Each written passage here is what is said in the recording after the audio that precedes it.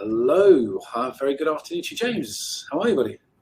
Yeah, good afternoon. How are you doing, Leon? Very well, thanks. Yeah, good to have you with us. Thanks for tuning in from the sunny UAE, from out in Abu Dhabi. Really appreciate it. Thank you to the first colleagues who are joining in as well, who've signed in. I've got a few people. I think it was about 30 people who signed up, so hopefully we'll just give a couple of minutes just for a few people to tap in. Obviously, I like doing these, even if it's just myself, James. So just another chance to chat to you. It's going to put a smile on your face, so no complaints there at all, buddy. For the colleagues who've just joined, thank you very much for being here.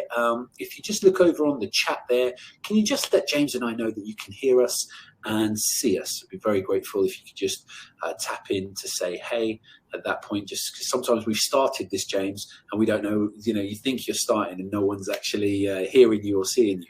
So if anyone's there, if you'd kindly just put into just a little hello, just let us know that you're there and you can hear us and you can see us.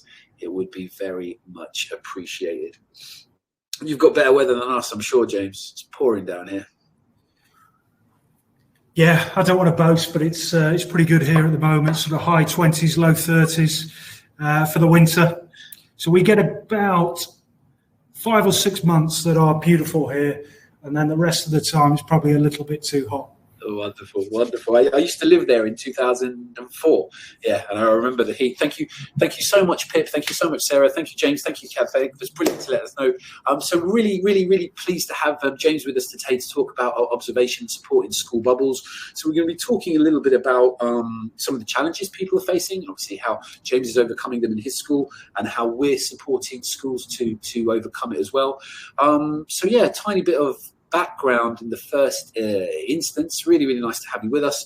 In case you've not been on a guide webinar before, we're going to do a little bit of kind of the story, share some of the real experience.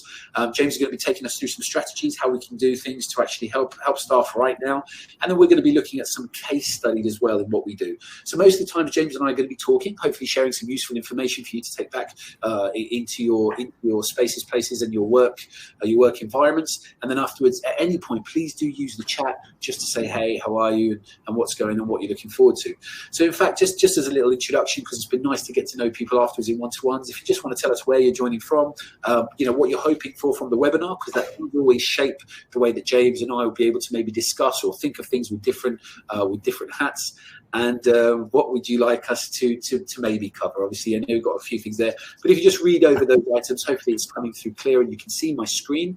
And if you can do that, just jot a couple of things so James and I can have a few things in mind. But it's all changed for you, isn't it, James? Like the way you're observing, the way you're supporting people. Yeah, it's all changed. Well, I suppose change is the right word to use, full stop, in terms of education and the world at the moment. But yeah, I think that is true. So in terms of our journey of professional development, observing teachers, we've been really working on this for 4 or 5 years now, and I think got to a place that we were very happy with. But the issue with that is we had, without really thinking deeply about it, a fairly traditional approach that involved face-to-face. It involved getting into lessons, observing teachers, working with them afterwards, coaching, mentoring, that kind of thing. And of course, COVID hit and everything moved in terms of that practice became less accessible. It became challenging to get staff together. It became challenging to move around the school, to get into classrooms. So really, it's been a process of refocusing, recalibrating, and adapting what we were doing successfully to different circumstances. And I think there are probably 4 elements, if I could summarize as a starting point, that we've done. The first really is to accept that things are different, and to get staff to be more aware and more reflective in their practice. And we talk to staff about becoming like NQTs again. In other words, you've got 10, 15, 20 years of successful practice in the classroom, but that's different now because we're teaching here in the UAE. We've got a mix of students online only, and we've got a mix of classes that are hybrid, students in front of us and online, which is really challenging. So as teachers, we weren't trained for that. And I myself still teach a few hours a week in the classroom, and that's exactly how I feel at the moment. Uncomfortable, but I'm getting more comfortable with that. So that's the first thing, is really to accept that and to switch that mindset. The second thing we've said to staff is that we're all in the same boat. So if there is an opportunity for effective collaboration, this is it, because there is more than at any time before this, a real sort of homogeneity, a real shared sense of purpose in terms of what we're all working on. And the third thing really is to tap into what research and what evidence is out there in terms of effective approaches to hybrid and distance learning. James, sorry to interrupt you. I just got something from colleagues just saying, I think that we've frozen. So I'm just going to check. Is that just colleagues? Sorry, Sarah, Kelly, Pip. Can I just check if that's improved with you? They were just saying we'd frozen, James. So I just thought, rather than you repeat yourself, I just hold for a second just to see if it reconnects. So Sarah, Kelly, Pip, if any of you are still getting that, just let me know if that's still the case. Just so we know what to do on our end in case that obviously we don't want you guys to miss anything. Working now. The reconnect button has worked. All right, brilliant. Sorry to interrupt you, James. You were saying. I just wanted to. No problem. As much as possible. So connecting with a research base, there is not the same kind of depth and rigor to the evidence that exists in terms of teaching and learning at the moment, but there is a decent amount of stuff out there that can inform us and we can draw on in terms of our practice. And the fourth aspect of this, and this is really where we have connected, is that we're beginning to rethink our traditional approach to what we've been doing, which has a number of limitations in terms of how time consuming it is, how expensive it is to take this approach to getting into classrooms and working in that way. So I think the fourth thing to think about, and this is looking into the future, is what does the future of professional development look like in schools? And I think what this has taught us is that it probably needs to look different in the same way as we've moved to teaching very effectively online. I think we can move to observing teachers. We can move to delivering content. We can move to interacting in terms of professional development with a really effective online platform. And I think this experience has given us the opportunity actually to think about what we're doing and how we can make that better. Because I think there's a huge number of benefits to using technology for professional learning, professional development for teachers, and for observation. Yeah, it's really, really interesting you're saying that. Obviously, the catalyst has moved us, and we have to be comfortable with being beginner teachers again, thinking again like NQTs, starting in that same way. We were in a very similar position, and the reason that obviously I'm going to share some of the items that we've done and where we've done them, we were in the situation for different reasons. So, at the moment we can't move into certain spaces because of bubbles. So you're not allowed to go in because of health and safety. Well, when I started as a teacher, my background was all in inner city London. So I always had security cameras in every school I'd ever worked in. That was just par for the course. And where I became a head teacher, we had CCTV in all the classrooms as well. And rather than using it as a tool to actually, try and track what the kids or the students, staff are maybe doing it every time, I tried to use it as a tool of support, because in the same way, if I went into a lesson, especially, relationships in certain schools can be very precarious. It just takes one thing to set a room off. We would try and avoid going into the classrooms in the same way as you should have now because of a bubble, because of COVID. We'd be in the same instance because we were looking to avoid going in there, not to change the relationship and the dynamics. Because with certain vulnerable students, as you know, one thing can happen and it can set off a chain reaction that not only ruins the class, but could ruin the school day in a small school. So we had to learn how to observe remotely from a distance. And we found that video was always the prime support and the prime item that we could use when we'd be looking at that in a synchronous and an asynchronous way. So although it's a very different starting point, the reason's the same. We just don't want to go into the classrooms anymore. Yeah, absolutely. And I think if you think about the whole process of going into a classroom, from a teacher's point of view, might be intimidating. They might not be comfortable with that. However, you try to conduct yourself. You may disrupt the learning a little bit in terms of impacting on the students in the classroom, and the amount of time you need to spend in there to see what you want to see might take much more time than it actually needs to. So the use of video to really hone in on those areas where the teacher is looking to develop or has identified as areas of weakness or things that they want to work on. So I think from all aspects of that, having not really considered the use of video observation or teachers recording elements of their lesson for professional development, having always sort of had the mindset that it was better in person and not really had the catalyst or the push to consider an alternative to that.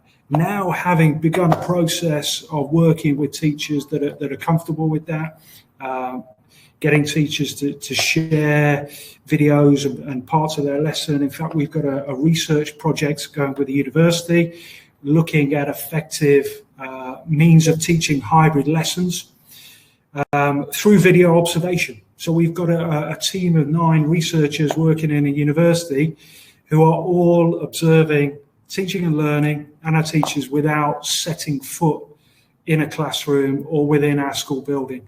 So I think from a leadership point of view, from the ability to engage with research, right down to a teacher who wants to reflect on their own practice as in exactly in the way I talked about at the start, encouraging people to be reflective, to think like an NQT.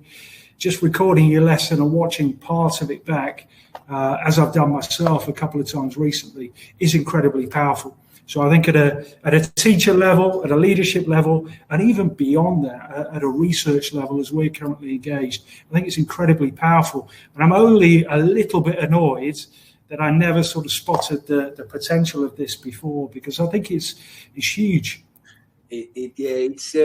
We're fortunate. We've been doing it for nearly 4 years, covering instances where one reason or another, the goal was always to save time, save money, to make it more effective. And I'm going to show you a couple of testimonies, colleagues, as well, from where we are and what we're doing. But James, I just wanted to highlight 2 things in the chat. Unfortunately, my chat's reset, but I believe Kelly and Sarah had mentioned 2 things. James, if you're with us, James Dallison is one of our colleagues at Guide. If that's still come up for you, would you mind just reposting them in the chat? Because obviously we want to bring them up as we talk, and unfortunately it's left from mine there. But I'm just going to pop to my slide now and start talking, hopefully with James, about some of the video and streaming. So colleagues, when we talk about video and streaming, essentially we're just trying to give some eyes somewhere. So when you think about video, whether you think about it as the camera in your interactive whiteboard, or whether it's your phone, or whether it's a tablet, or whether it's the computer, essentially that lens is an eye somewhere in the scenario, in the situation, or the placement of the room.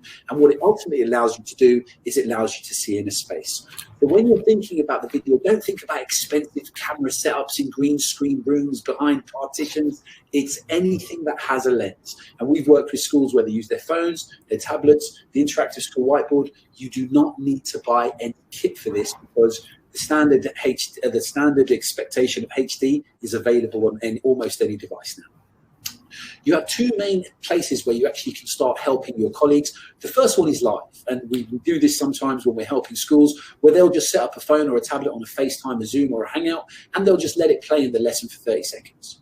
People make a big deal of being able to move and follow the camera, etc.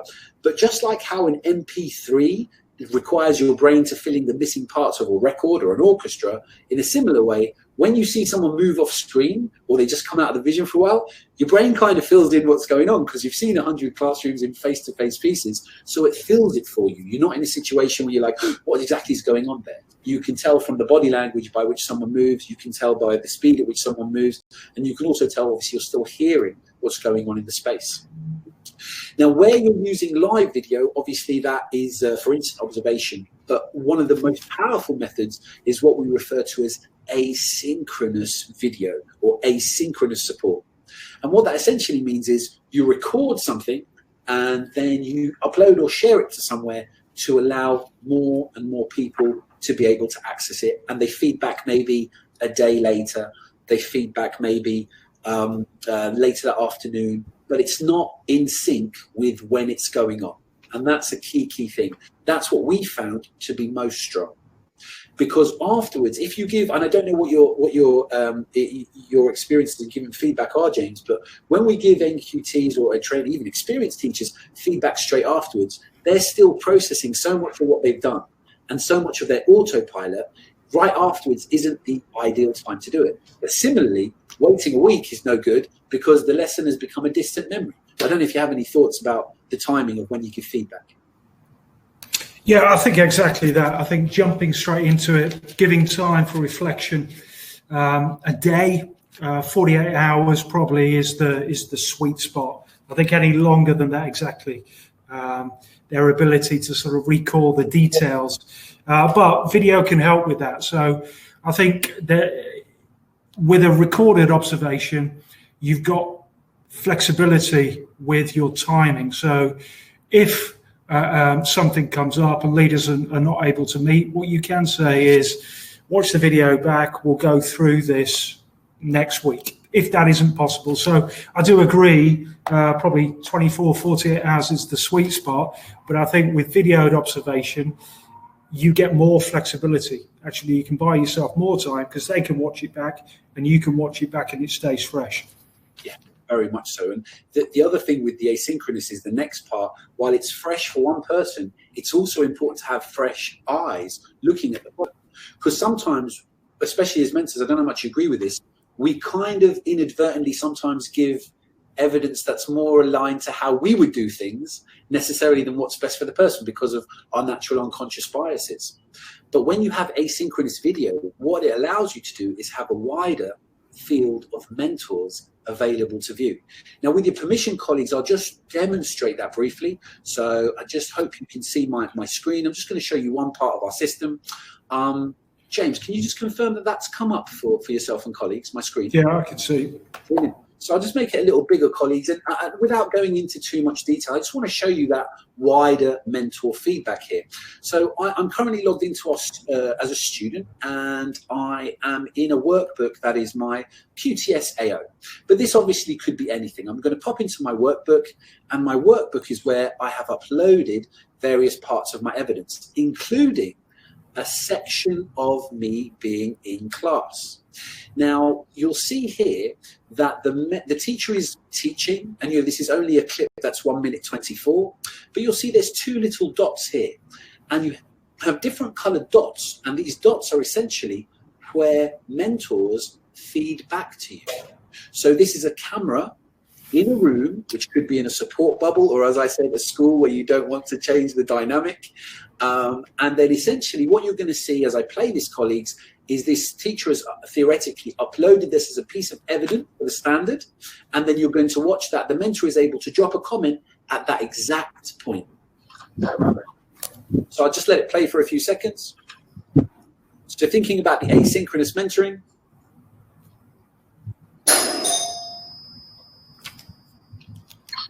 Really impressive to see you walking around the class like that, taking.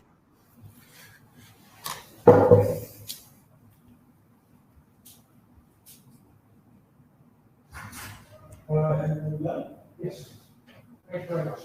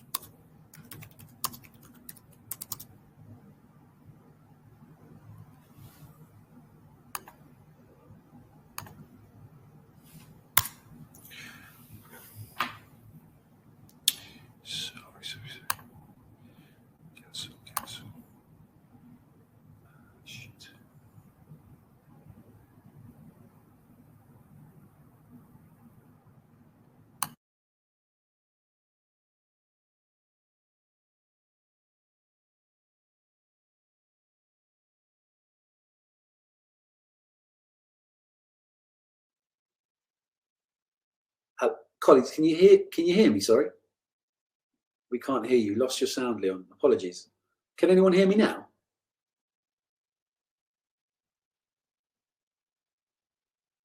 Sorry, colleagues, are you able to hear me now?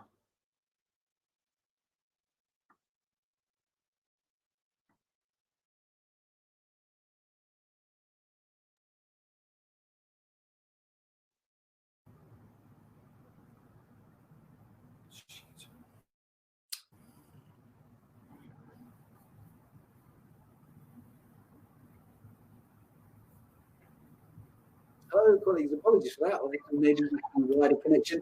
Hi, James. How are you? Can you hear me now, colleague? Yeah, I can hear you now. Wonderful. Sorry about that. I could hear you, but obviously I got lost somewhere in translation. Did you see any of my demo there on the wider item, or did my audio go the whole time?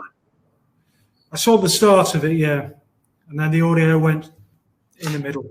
Apologies, colleagues. I take full responsibility for that. But just to give you the most basic of ideas and the most basic of outlines, again, colleagues, here you just see in any camera that you're able to take with certain systems and with certain asynchronous mentoring, like our system, you're able to drop a comment in at any point. And the beautiful thing about that is you can have multiple mentors or multiple support people looking at a comment at any given time to actually give the advice that people need. And it's really nice to be able to have fresh eyes or 3 or 4 mentors look at a piece rather than have to go all the way around the houses and find as many people as possible.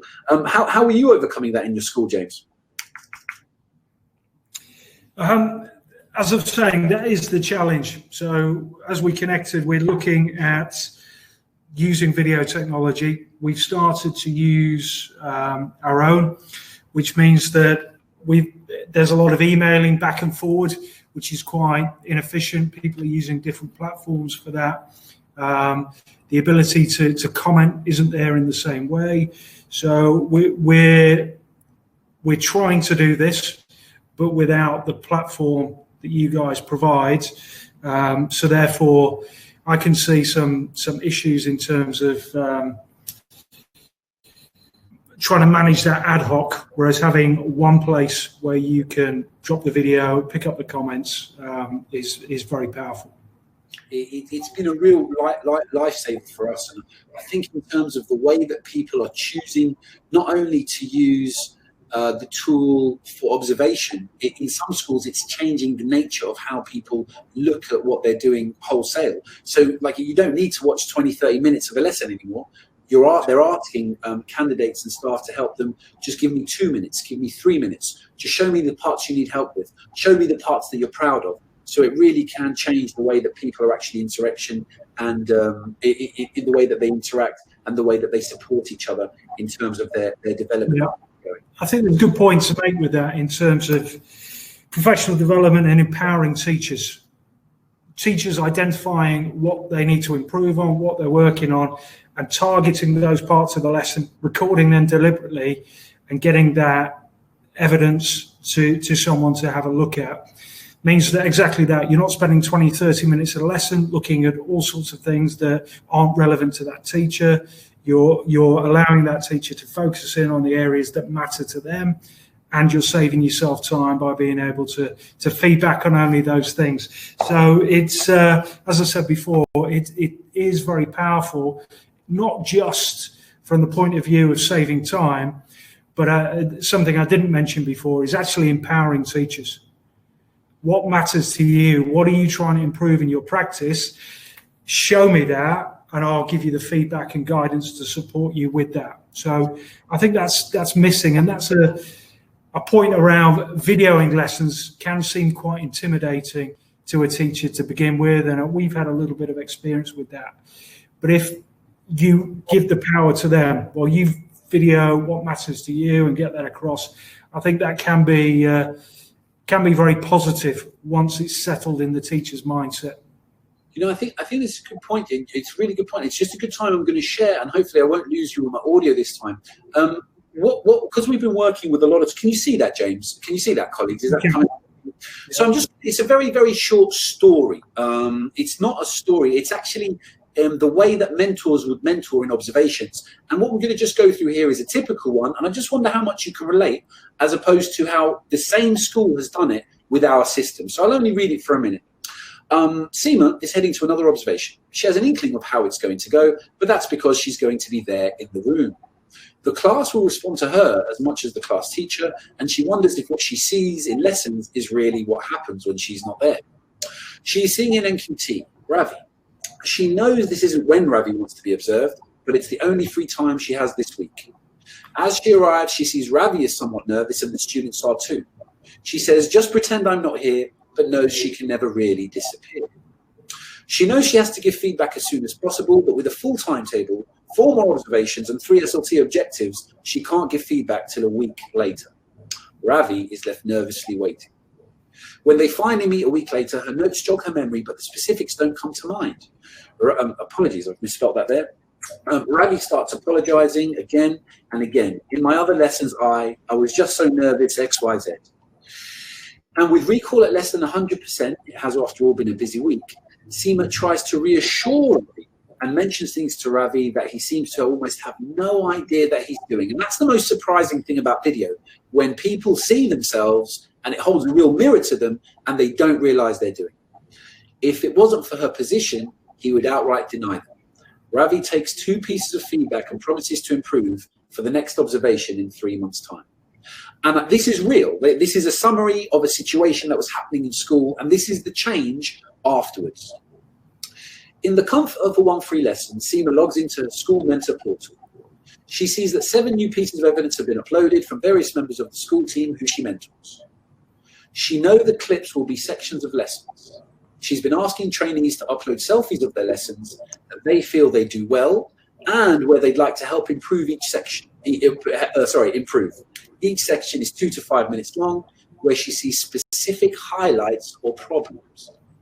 She's fascinated to see how students are in different lessons without her mental presence.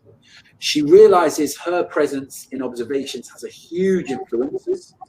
She sees relaxed teachers in moments of pride, and I really liked when they commented on that, because that's what you want teachers to feel. You don't want observation to feel like a hammer.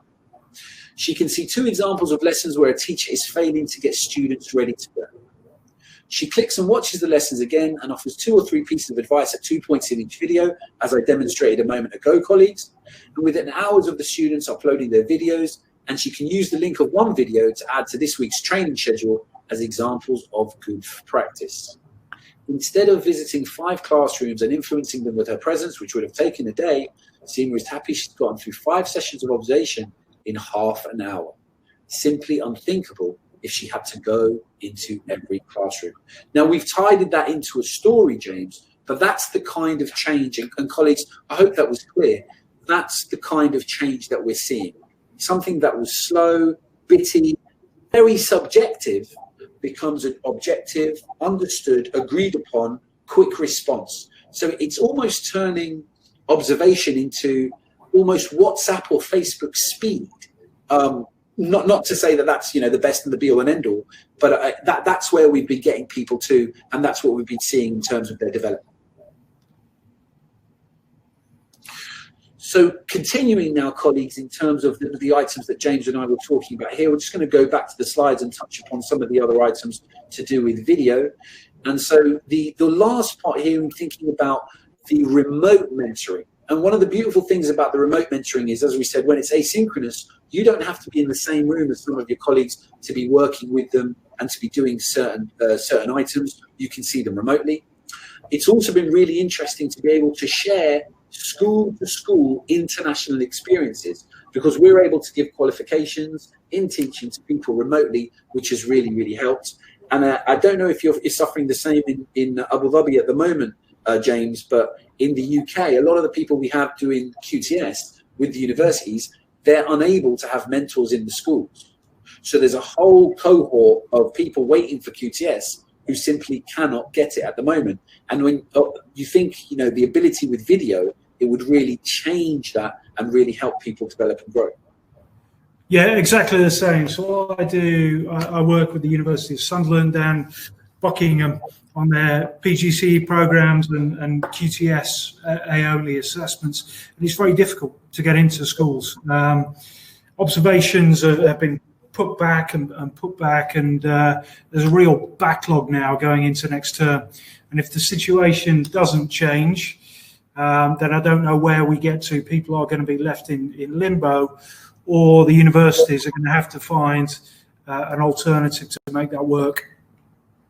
Yeah, and video is, I mean, there's I can't see another explanation of the video. It's either video or self-certifying. So you've got one option or the other. And obviously, I wonder how self-certified. Mind you, we did it with the GCSEs last year. So let's see how self-certified, maybe with teacher training as well.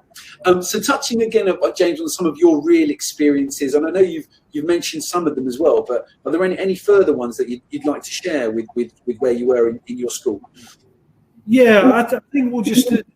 some of those points there in relation to what we were doing, what the evidence base tells us about what effective CPD looks like, and what we typically also get wrong. And I think what the benefits are of using a platform like this. I think one of the biggest challenges is actually structuring CPD. With structuring it, it's finding the time within a day to release staff. There's the cost of cover when you do that, or in-house CPD typically tends to be tagged on to the end of the day.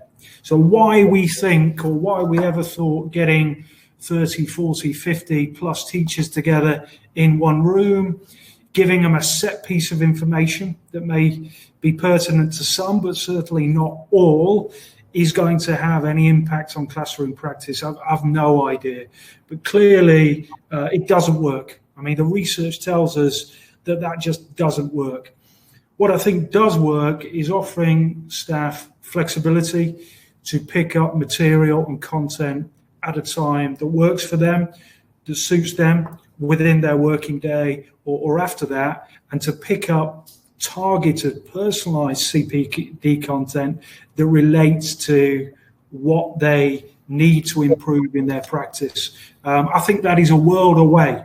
Using a platform when you can access it when you want and you can access the content that you need is a world away from the, quite frankly, ridiculous process of gathering staff together on a Monday or a Thursday evening after school, after a busy day's teaching to do that. I think secondly, it keeps costs down. Using a platform where staff can access that is cheaper than sending staff off for CPD courses when they're out of school with the cover costs that come with that, or buying in expensive expertise. You're so right.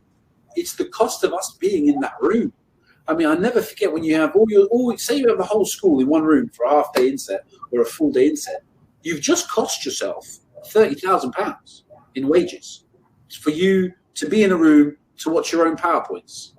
If you went to the only time and there's lessons to be derived from the corporate world where they actually look at how they kind of run and manage, and any training they do has to have accountability tied to it. Any guest they come in has to have accountability tied to it. And I think we've missed that. The accountability for how useful our training was long term. I don't really think we track and follow. Yeah, I think you're right. And that's my last point. It's about impact. And that is the most difficult thing to do. But also, it's the thing that's most neglected in terms of CPD. There was a study by the Teacher Development Trust and Curie, which is the Centre for the Use of Research and Evidence in Education. And their conclusion was less than 1% of CPD has a direct and effective impact in the classroom. And that was about 5 or 6 years ago. And that is just staggering. And one of the reasons is it's kind of set piece, short term. Here's a bit of CPD, twilight session, or go off on this course for a day. Here's a bit of CPD. What doesn't happen is you don't get that application in the classroom, but you don't get following that through to impact. Whereas our approach that we took in terms of 4 or 5 years ago in the school I was talking about, took that evidence base and it said, okay, what does effective CPD look like? It looks like it's extended over a period of time. It looks like it has to be a minimum of 14 hours, extended over 2 terms, possibly longer to be effective. It has to be iterative. It has to be used in the classroom. In other words, you learn something, you apply that, you reflect on it, you try again, you reflect on it, you try again, and in 2 terms you might get somewhere. Now, you think about what your platform allows teachers to do: pick up content in chunks over a period of time at a time that suits them, and to apply that in a classroom, video themselves, reflect on that for themselves, get feedback from a mentor or an expert in this area, try again, reflect on that, try again, and in 2 terms, they might be somewhere impacting on their practice. So what you build in through that process is impact, because impact is there every stage of the way. And at the end, you say, how's my practice changed? What impact has this had on the kids in the classroom? What impact has this had on their outcome? And that's why when we first talked a couple of weeks ago, I was like, this has huge potential. It has huge potential because it delivers what research tells us is effective professional development. And what we typically do isn't. It just doesn't work. And again, the research tells us it doesn't work. But as educational leaders, we banged on doing the same old for too long. And I think what's exciting is I think I got so far with an evidence-based approach, but the ability to turn that into something that is more flexible, more reflective on a platform, I think is genuinely exciting. So that's kind of my final point, and it's the most important. What impact is what you're doing having where it matters? One of the many things you said there, James, that really, really resonates is where you said, how do you show, how do you capture, how do you reflect, how do you improve? And we have to do a lot of mind shift with schools where we can say talking about it or ticking a box in a quiz is nothing. It's nearly meaningless. As you say, like, obviously I'm not familiar with that research, but it wouldn't surprise me. Like the training that you have is 1% impact, because what are you doing with it? You're ticking a box, or you're saying this. The whole focus of what we try and get people to understand is you have to enact what you've been taught.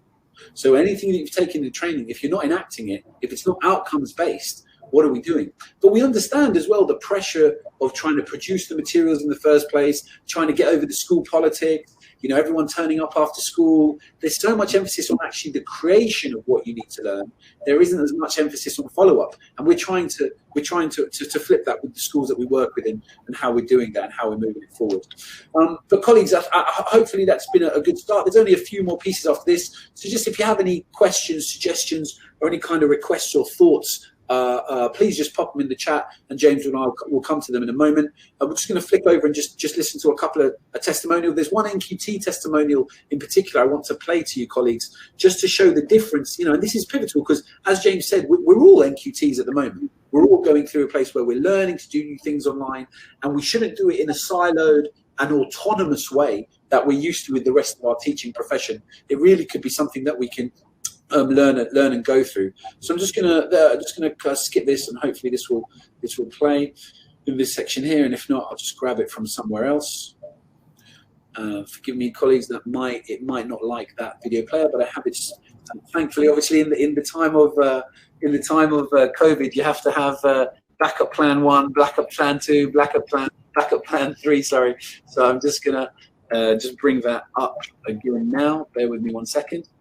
And the piece that I'm going to show you here is going to be a person who is, they were doing a NQT course, and they were, exactly as we say, they were getting used to the idea of how they were going to do their own teacher training, how they were going to reflect. And I just wanted to listen to how they feel that video kind of supported and developed them. So we'll share this video afterwards as well, so you have access to it. Then go for it. That's the end of the Headteacher. So this is, as you see here, this was, they're happy for us to use their name. But just again, for context, colleagues, this was someone who was doing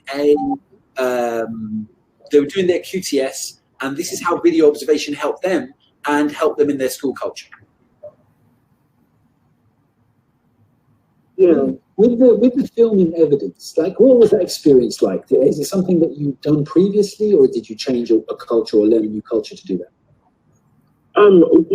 This was part of some of the in-house courses that we do, they do recommend for you to record yourself and reflect on it and stuff like that. But we don't really focus on it as much. But then since this, me going on this online course, it definitely encouraged me to record myself a lot more. And then even reflect on it, not just by myself, but with my LSAs as well, my teacher assistants, so that I can get some feedback from them as to what went well, what needs to be tweaked here and there, and that kind of stuff. So it kind of helped us, like, as a team, so that we can all look at what we're all doing, and it's not just me focusing on what I need to improve. Like, they can see what they need to improve on as well. Yeah, so it's just opened up a whole other avenue of reflection. Yeah, 100%, 100%. And I guess then when did you feel that it could, being able to capture and record or develop it in such a way, did it give you more confidence being able to look back at yourself? Oh, most definitely. And not only that, but it also helped me, like, when it comes to, like, lesson observation. Because for me, I get really, really anxious and nervous when it comes to lesson observation. So what I find is that the more times I was recording myself and watching myself and listening, and when you hear yourself sometimes, you get a bit like, ugh. But, doing all of that really helped me. Obviously, it helped to build my confidence, in teaching and delivering, and also it helped me just to remain calm, especially when it came down to lesson observations and learning walks and things like that. And now anyone could just walk in, I just don't care. And I think that's really, really interesting to know, because like anything, when we're using video, we get more and more used to it, more and more comfortable to video, and we also just become accustomed to it. And that's where you want teachers to be. I don't feel that we ever want teachers to feel like they have to perform. And the performance part of observation is something that really should be studied. I know a lot of teachers that will do the same lesson anytime they're observed by different people. And that's not really where you want observation to be, something that will get someone out of your way or get someone off your back. It should really be about using video to kind of self-reflect, and then also to be able to take chances, to be braver, because you know that the observation you're having, is really about how can we support you and isolate things that help. But to do that, we have to make them far more worldwide and support that in a wider sense. But thank you so much for your thoughts, James. I hope you had some good ideas there, colleagues, some things to help you and some things to really reflect upon. I really, really appreciate you being with us.